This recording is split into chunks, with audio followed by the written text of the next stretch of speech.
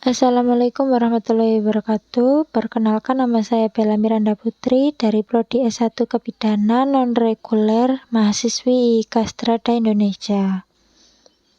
Di sini saya akan menjelaskan mengenai masa nifas, terutama yaitu infeksi pada masa nifas.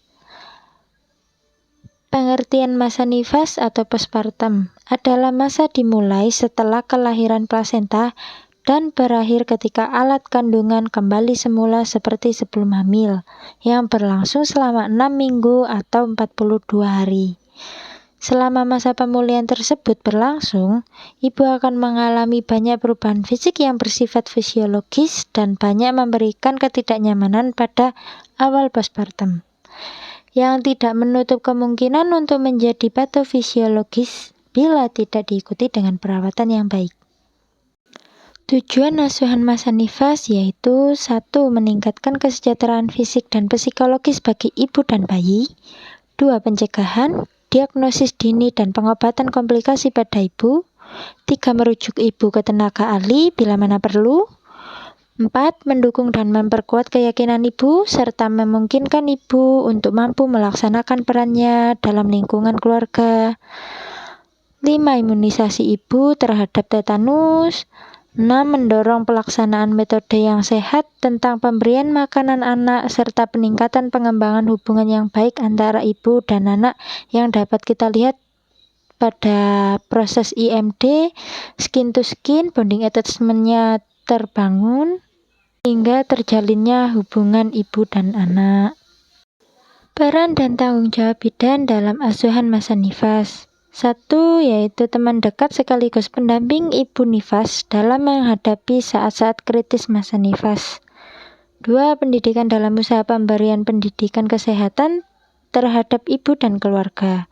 3. Pelaksana asuhan kepada pasien dalam hal tindakan, perawatan, pemantauan, penanganan masalah, rujukan, dan deteksi dini komplikasi masa nifas. Asuhan kebidanan masa nifas terdiri dari 1. Pemantauan, 2. mengukur suhu tubuh atau pemeriksaan TTV, 3. pencatatan tekanan darah, 4. pemeriksaan payudara, 5. pengkajian involusi uteri, 6. pemantauan Lokea. Tanda-tanda bahaya pada masa nifas atau postpartum meliputi 1. Perdarahan hebat atau peningkatan perdarahan secara tiba-tiba melebihi jumlah haid biasanya atau membasahi lebih dari 2 pembalut saniter dalam waktu setengah jam. Yang kedua, pengeluaran cairan vagina yang bau busuk atau bau menyengat. Yang ketiga, rasa nyeri hebat di bagian bawah perut, punggung, kepala, hingga terus-menerus, nyeri epigastrium atau masalah penglihatan. 4. Pembengkakan pada wajah, muntah, demam, rasa sakit pada saat buang air kecil, tidak enak badan, payudara, memerah, panas, atau sakit. Kelima, kehilangan selera makan untuk waktu yang berkepanjangan. Warna merah, kelembutan atau pembengkakan pada kaki. Keenam, yaitu merasa sangat sedih atau tidak mampu mengurus diri. Biasanya dialami oleh baby blues atau ibu-ibu yang merasa terganggu oleh psikisnya. Yang selanjutnya yaitu merasa sangat letih atau bernafas terengah-engah. Infeksi nifas adalah keadaan yang mencakup semua peradangan alat-alat genitalia pada masa nifas. Infeksi setelah persalinan disebabkan oleh bakteri atau kuman. Infeksi ini menjadi penyebab angka kematian ibu tertinggi atau AKI. Tanda dan gejala infeksi pada masa nifas yaitu demam hingga suhunya 38 derajat Celcius selama 2 hari berturut-turut. Hal ini menjadi morbiditas nifas adalah demam. Kenaikan suhu ini terjadi sesudah 24 jam postpartum dalam 10 hari pertama masa nifas.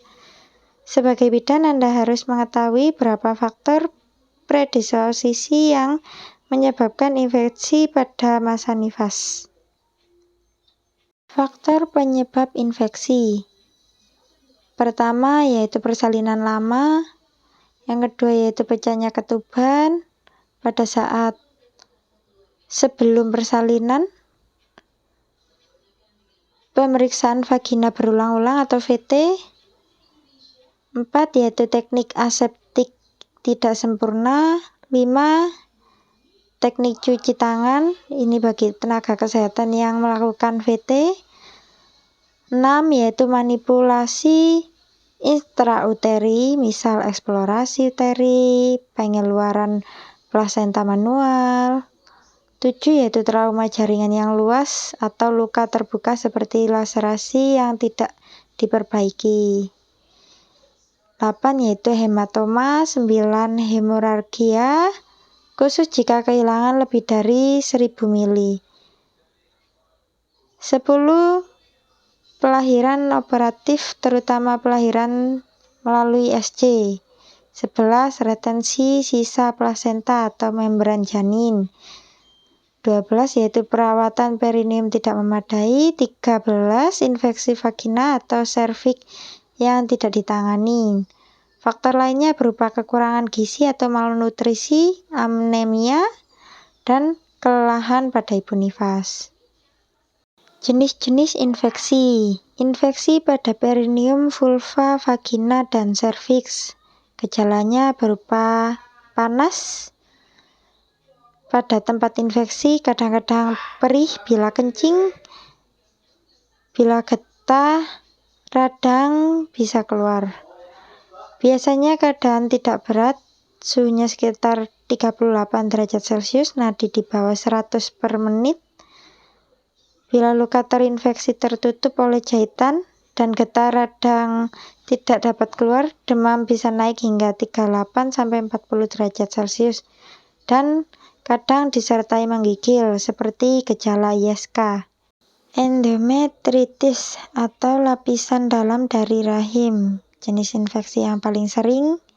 Kuman-kuman memasuki endometrium, biasanya pada luka bekas insersi plasenta, dan dalam waktu singkat mengikut sertakan seluruh endometrium. Infeksi pada kuman yang tidak seberapa patogen radang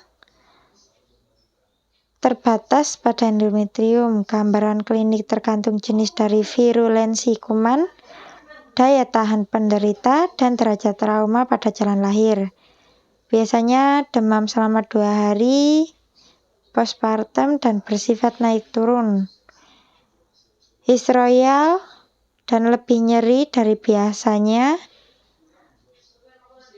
Lochia bertambah banyak, berwarna merah atau kecoklatan, dan berbau.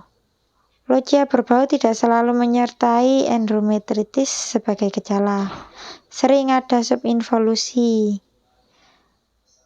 Leukocytes naik antara 15.000 hingga 30.000 per milimeter kubik. Kadang-kadang lochia tertahan oleh darah, sisa-sisa plasenta, dan selaput ketuban. Keadaan ini dinamakan lochia metra dan dapat menyebabkan kenaikan suhu. Uterus pada endometritis agak membesar serta nyeri pada perabaan dan lembek. Pada endometritis yang tidak meluas, penderita merasa kurang sehat, nyeri perut pada hari-hari pertama. Mulai hari ketiga, suhu meningkat, nadi menjadi cepat. Akan tetapi dalam beberapa hari, suhu dan nadi menurun. Dan dalam kurang lebih 1 minggu, keadaan sudah normal kembali. Lochia pada endometritis biasanya bertambah dan kadang-kadang berbau. Hal ini tidak boleh dianggap infeksi berat. Malahan infeksi berat kadang-kadang disertai oleh lochia yang sedikit dan tidak berbau. Sakit kepala, kurang tidur, kurang nafsu makan dapat mengganggu penderita. Kalau infeksi tidak meluas, maka suhu turun berangsur-angsur dan turun pada hari ke-7 hingga ke-10. Pasien sedapatnya diisolasi, tapi bayi boleh terus menyusu pada ibunya. Untuk kelancaran pengaliran logia, pasien boleh diletakkan dalam letak Fowler dan diberi juga uterus tonika. Pasien disuruh minum banyak. Untuk mengatasi, biasanya dilakukan pemberian antibiotik dengan sesegera mungkin agar hasilnya efektif. Dapat pula dilakukan biaknya untuk menentukan jenis bakteri, sehingga dapat diberikan antibiotik yang tepat. Kemudian ada myometritis atau infeksi otot rahim atau radang myometrium. Myometrium adalah tunika muscularis uterus. Gejalanya berupa demam, nyeri tekan pada uterus, perdarahan pada vagina, dan perut merasa nyeri di bagian bawah. Logia berbau. Selanjutnya ada parametris, infeksi daerah di sekitar rahim. Infeksi jaringan pelvis yang dapat terjadi beberapa jalan. Penyebaran melalui limfe dari luka serviks yang terinfeksi atau dari endometritis. Penyebaran langsung dari luka pada serviks yang meluas sampai ke dasar ligamentum. Penyebaran sekunder dari tromboflebitis. Proses ini dapat tinggal terbatas dari dasar ligamentum latum atau menyebar ekstraperitoneal ke semua jurusan. Jika menjalar ke atas, dapat diraba pada dinding perut sebelah lateral di atas ligamentum inguinalis atau pada fossa iliaca. Parametritis ringan dapat menyebabkan suhu yang meninggi pada nifas. Bila suhu tinggi menetap lebih dari seminggu disertai rasa nyeri di kiri atau kanan pada nyeri pemeriksaan dalam. Hal ini patut dicurigai terhadap kemungkinan parametritis. Hal ini erat dengan tulang panggul. Di tengah-tengah jaringan yang meradang itu bisa tumbuh abses. Dalam hal ini, suhu yang mula-mula tinggi secara menetap menjadi naik turun disertai dengan menggigil, penderita tampak sakit, nadi cepat, dan perut nyeri. Shock bacteremia, infeksi krisis terutama yang disebabkan oleh bakteri yang melepaskan endotoksin, bisa mempresipitasi shock bakteremia atau septik. Ibu hamil, terutama mereka yang penderita diabetes mellitus atau ibu yang memakai obat imunosupresen, berada pada tingkatan risiko tinggi. Demikian juga mereka penderita endometritis selama periode postpartum. Hasil lab menunjukkan bukti-bukti infeksi darah menunjukkan bakteremia, biasanya konsistennya hasil enterik gram negatif. Pemeriksaan tambahan dapat menunjukkan hemokonsentrasi, asidosis, koagulopati. Perubahan EKG menunjukkan adanya perubahan yang indikasikan insufisiensi miokard. Bukti-bukti hipoksia jantung, paru-paru, ginjal, neurologis bisa ditemukan. Demam yang tinggi dan menggigil adalah bukti patofisiologi sepsis yang serius. Ibu yang cemas dapat bersikap apatis, suhu tubuh yang seringkali sedikit menurun menjadi subnormal, kulit teraba dingin dan lembab, warna kulit menjadi pucat, denyut nadi cepat, hipotensi berat, sianosis periferal bisa terjadi, begitu juga oliguria. Penata laksanaan terpusat pada antimikrobial, demikian juga dukungan oksigen untuk menghilangkan hipoksia jaringan, dan dukungan sirkulasi untuk mencegah kolaps vaskular. Fungsi jantung, usaha pernafasan, dan fungsi ginjal dipantau dengan ketat. Pengobatan yang cepat terhadap shock bakteremia membuat prognosis menjadi baik. Morbiditas dan mortalitas maternal diturunkan dengan mengendalikan distres pernafasan, hipotensi. Peritonitis umumnya disebabkan oleh kuman yang sangat patogen dan merupakan penyakit berat. Suhu meningkat menjadi tinggi, nadi cepat dan kecil, perut kembung dan nyeri, adanya defense muskularir. Muka penderita yang mula-mula kemerahan menjadi pucat, mata cekung, kulit muka dingin, terdapat apa yang dinamakan facies hippocratica. Mortalitas peritonitis umum tinggi. Peritonitis yang terlokalisir hanya dalam rongga pelvis disebut pelvioperitis. Bila meluas ke seluruh rongga peritoneum disebut peritonitis umum. Dan ini sangat berbahaya untuk menyebabkan kematian. 33% dari seluruh kematian akibat infeksi. Kemudian ada salpingitis dan oovoritis. Gejala salpingitis atau oovoritis tidak dapat dipisahkan dari pelvioperitonitis. Selanjutnya, septikemia dan piemia. Keduanya merupakan infeksi yang berat, namun gejala septikemia lebih mendadak dari piemia.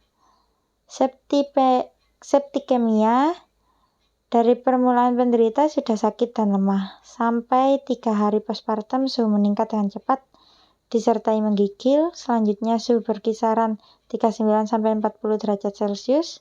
Keadaan umumnya buruk, nadinya menjadi cepat, yaitu 140-160 kali per menit. Penderita meninggal dalam 6-7 hari postpartum. Jika ia hidup terus, gejala-gejala menjadi seperti piemia. Pada piemia, penderita tidak lama postpartum sudah merasa sakit, perut nyeri, dan suhu agak meningkat. Akan tetapi gejala-gejala infeksi pada umumnya dengan suhu tinggi serta menggigil terjadi setelah kuman-kuman dengan embolus memasuki peredaran darah umum. Suatu ciri khas khusus pada piemia ialah berulang-ulang suhu meningkat dengan cepat disertai menggigil, kemudian diikuti oleh turunnya suhu.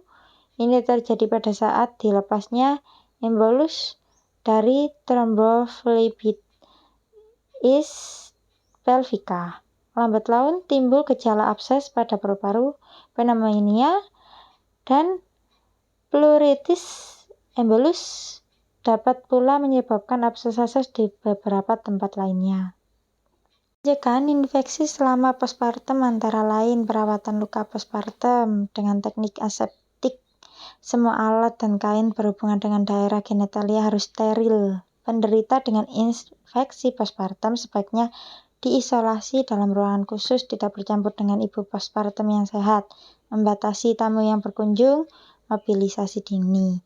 Untuk pengobatan infeksi pada masa postpartum antara lain segera lakukan kultur dari sekret vagina dan serviks, luka operasi dan darah, serta uji kepekaan untuk mendapatkan antibiotika yang tepat, memberikan dosis yang cukup dan adekuat, memberikan antibiotik spektrum luas sambil menunggu hasil laboratorium, penguatan mempertinggi daya tahan tubuh seperti infus, transfusi darah, maka yang mengandung zat-zat yang diperlukan serta perawatan lainnya sesuai dengan komplikasi yang ada, serta adanya seperti tindakan lanjut, pengopresan hangat, dan kemoterapi jika diperlukan, dan itu tindakannya dilakukan oleh dokter SPOG. Sekian, terima kasih. Wassalamualaikum warahmatullahi wabarakatuh.